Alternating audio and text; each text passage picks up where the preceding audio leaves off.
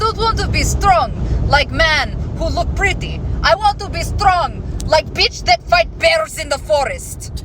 Welcome to another episode of Bitch vs. Bear with your hosts, me, Amber, and my bestie, Sydney. Woohoo! We are co-owners of Shield Maiden Training Co., and this is a show where we bitch, laugh, and chat about all the things fitness related to women and the LGBTQI plus community. That is awesome. Right? Right? I think so. We're pretty awesome. We are. And it is now June. Wild. Ugh. Okay. Don't say ugh. It's the best month. Why is it the best month, Amber? Because it's Pride Month. Yes. All gay all the time. All gay all the time. That is the theme for this month. Actually, it's mostly the theme of the show. We split it 50-50. It's fine. There's a lot of gay. Okay. So this month we are focusing on Pride and allyship and all things. Yes. So for this first episode, we want to look at Pride and allyship in fitness specifically. Awesome. Yeah, I love that. I know you do. That's why you wrote this episode. I know. So Pride and allyship in the fitness industry will help to create more inclusive, understanding, and supportive environments. So important. Mm-hmm. And it's a step towards breaking down barriers, promoting equality, and will help to ensure fitness spaces are accessible to everybody. And that's very important. Yeah. Everyone needs fitness. So why is it important to discuss Pride and allyship in the fitness industry specifically? I don't know. Why is it? I'm going to tell you. Engaging in conversation about Pride and allyship sends powerful messages to the LGBTQIA plus community that empowers and supports individuals within that community.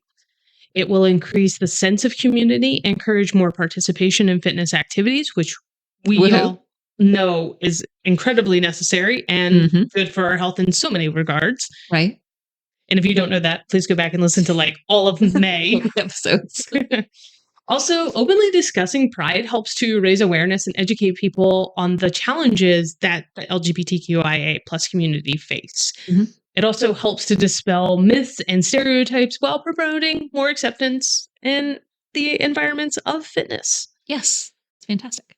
And lastly, for those of you out there who are owners and coaches and all of that, it is a business opportunity. Yes. I don't know if you've walked around Target in the last few years, but they have hopped on the Pride train. So by recognizing and embracing the LGBTQIA community, the fitness industry can expand into a wider customer base and increase membership, loyalty to brand and business, and create a referral network.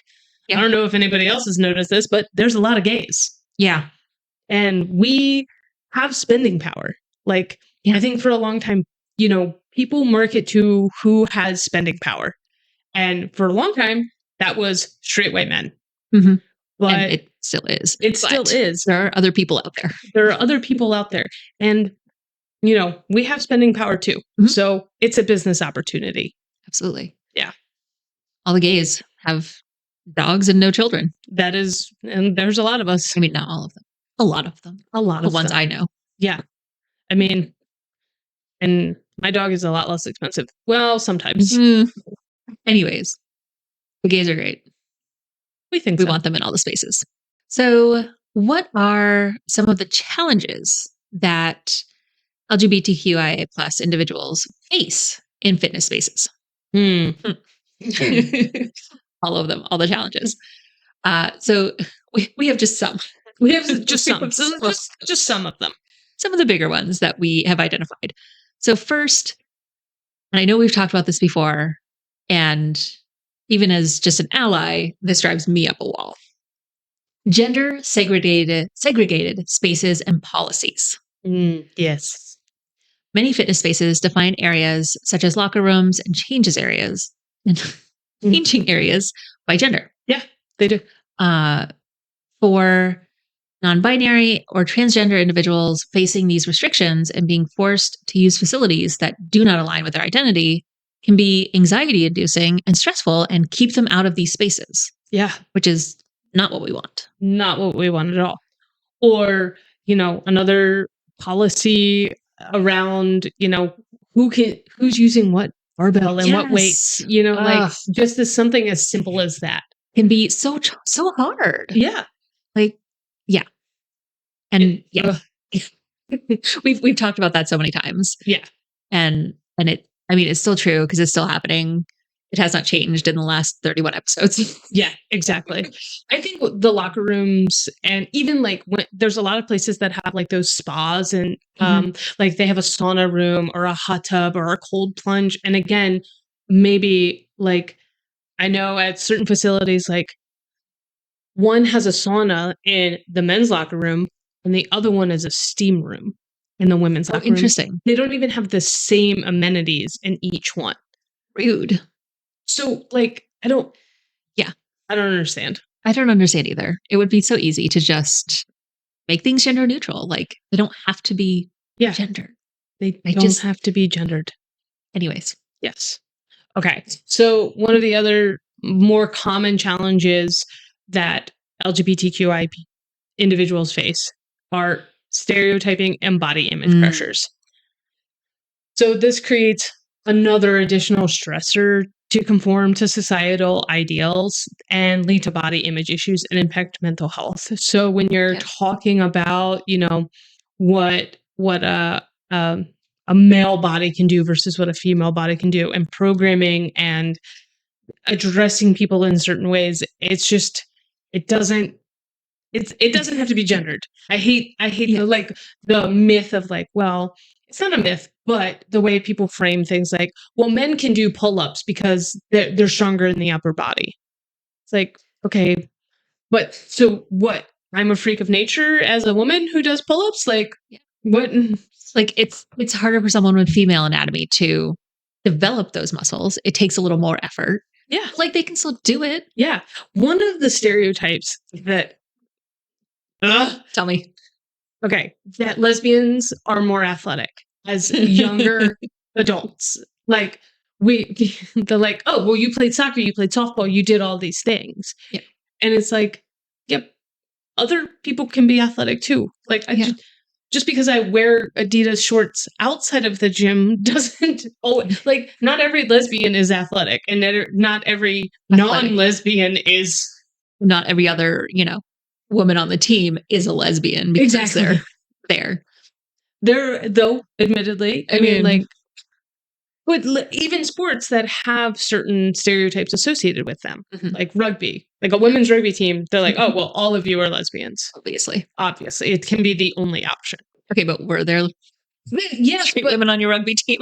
There were straight women on our rugby team, and it is just the reason I think people gravitate towards certain sports is because there's more of an open-mindedness around the sport. Yeah. And also because if you look, rugby is one of those sports where people have different body types and can excel. There's multiple styles of body types on a rugby team. You have the tall, very strong women. You have very small, fast, like everybody can be accepted. And so when the body type is accepted, you get a lot more in terms of variety of people. And so I think that's definitely plays a big part in it. Yeah. Because there's definitely some sports that have a very like stereotypical build to be good, like volleyball, for example. Like there's a very clear kind of body type that excels in volleyball. And that's what's recruited into the sport. Where rugby, you have that multiple. More inclusive, more welcoming space. Yeah. That makes sense. Yeah. So it kind of leads into the next challenge that we identified, which was a lack of representation. So we know that LGBTQIA plus individuals are underrepresented in fitness media, advertising, and in leadership roles within the fitness industry. Yeah. Yeah, that was a rough sentence. That was it. You did pretty good, though. I struggled with that. There was a lot of big words. Rude. So this lack of representation, makes it challenging to find role models or even to feel represented and thus welcome in the industry. Yeah. I think it would be really cool to see a lot more LGBTQIA folks in those leadership roles. Yeah. Like, why can't we have an NFL, owner of a team be somebody in the community? Why can't the head amazing. coach of a basketball team be someone in the community? Yeah. That, I think, even just getting into sports before we get into fitness, because the lack of representation across all sports and fitness is just absurd. Yeah. It's You wild. don't hear about very many gay athletes. You don't No. hear it's crazy. Not in the like mainstream sports. Yeah, It's why we're here doing this. exactly. Another challenge is just the lack of knowledge and sensitivity by coaching, instructional, or fitness professionals. Many fitness professionals lack the knowledge around issues that the LGBTQIA individuals face or the concerns and needs of them, because they do differ. And or just like microaggressions or exclusionary services. Yeah. And it's one of those things where, a microaggression is always, not always, is sometimes very hard to identify as a person who hasn't had like training and things like that. It's not because people are inherently bad. It's just that they don't know. And so there's just this lack of knowledge and education around it. Yeah, exactly. Which can be really tough. We talk a lot about the importance of inclusive language and representation in fitness on this podcast. But what is inclusive language and why is it so important? So, inclusive language is language that promotes equality and respect by considering the experiences of individuals or groups. And the importance of this language is that it creates a welcoming environment where people feel safe, supported, valued. Inclusive language avoids words or phrases that are exclusionary or discriminating based on race, gender, sexuality, religion, etc., etc. Yeah. All the things about a person. All the things about a person. Exactly. Yeah. So, how can fitness companies and individuals create more inclusive and welcoming environments to support pride and allyship?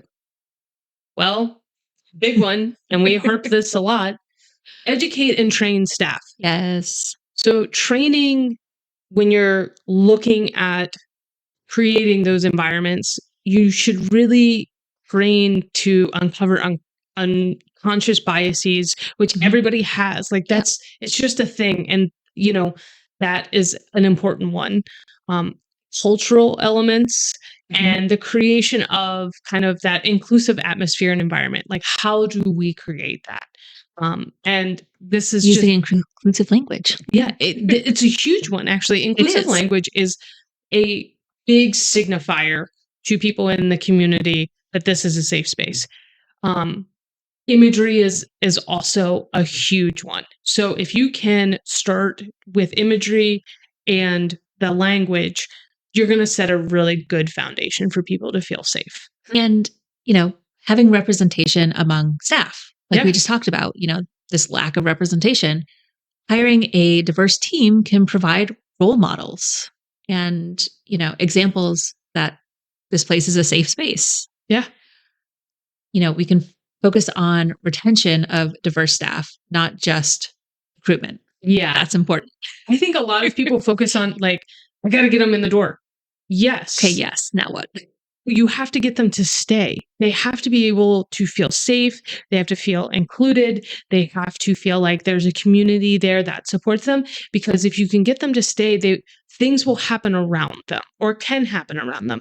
But if they're just walking in the door and they're only there for a little while and then they're leaving again, you're spending all your time recruiting. And that just, it's like spinning your wheels. Yeah. It doesn't really help to promote and further the kind of like allyship and pride around your organization. So if you feel like you have a high turnover rate, you need to start looking at what you're doing to retain that diverse staff. Are you educating your other staff? Are you putting in like, what are you doing to keep them there? And if your diverse members are seeing that diverse staff don't even want to be there, like, why would they be there? Exactly. Mm-hmm. Okay. So creating policies and procedures are a great way to develop and enforce and promote inclusivity. Policies policies should clearly state the business's commitment to creating a welcoming environment. Mhm.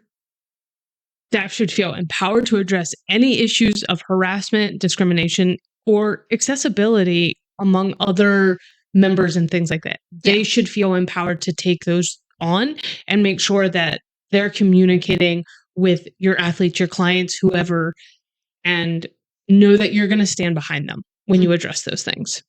These policies should be reviewed and updated regularly. You can't just blanket put them on and then be like, well, we have this policy from 10 years ago. Like, Right? Things have changed. Things have changed. Update them regularly. So if during 2020, when a lot of things were coming to the foreground and you put in policies, when was the last time you updated them? When was the last time you reviewed them? Go back and do it. Right. That's important. And, regularly seek feedback from participants, clients, athletes, whatever you call them, to better understand their experiences and identifies ways to improve and make their experience better. You can use surveys, focus groups, one-on-one conversations, anything.